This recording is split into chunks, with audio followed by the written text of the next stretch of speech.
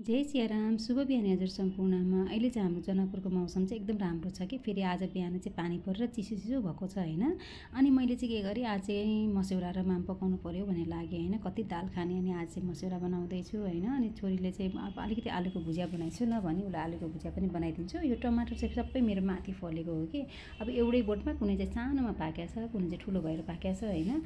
एउटै आमाका थरीका सन्तान भने जस्तै भएको छ कि मेरो टमाटरहरू चाहिँ। अनि त मस्यौरा माम पनि पकाएँ, भुजिया पनि पाक्यो, अनि आमको चटनी पनि बनाएँ। अनि त्यसपछि छोरीले चाहिँ त चना लान्छु भने चाहिँ आज अनि चनाहरू बनाइदिएँ कि। चनालाई पनि मैले त सिम्पल तरिकाले बनाउँछु, यसरी बनाउँदा एकदमै मिठो लाग्छ, उसलाई चाहिँ मन पराउँछ कि। मेरो छोराले पनि मन पराउँथ्यो, छोरीले पनि एकदमै मन पराउँछ यसरी बनाउँदाखेरि चाहिँ।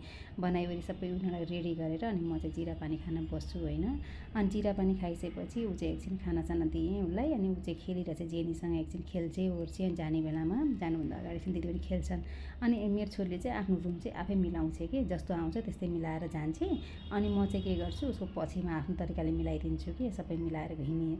अनि म चाहिँ पूजापाठ गर्न गएँ। त्यसपछि पूजापाठ गरेर आएर अनि आफ्नो जे काम हुन्छ मिलाउने ओर्ने यताउता सबै सिद्ध्याएपछि खानासाना खाएँ।